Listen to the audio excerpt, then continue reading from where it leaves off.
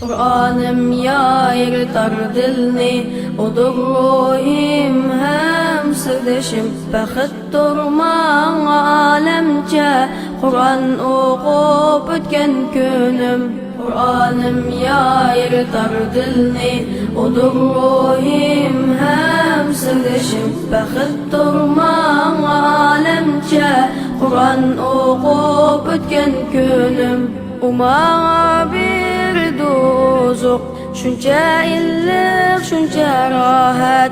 Bilik susuz hayat bulmaz, hayatım Kur'an'dır fakat. Kur'an dep soğukar yüreğim, o siz dil tapmaydı lezzet. Bu izzet hem katta bulak, onun siz gelmez saadet.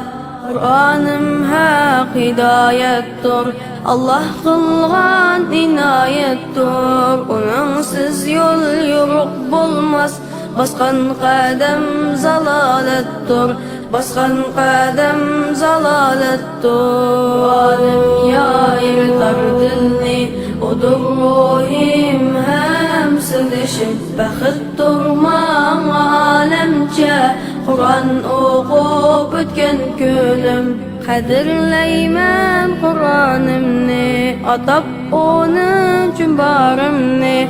Kubul eyle ulu Rahman, sana kılgan duayımni. Ucira hayat yolumga, şan tutkan kalmas olumga. Vaktini ber aziz ümmet, nucira aşı Kur'an'a. Kur'an'ım yayırtar dilni, odur ruhim hem sırdaşım. Bəxit durman alemce, Kur'an okup ötken günüm.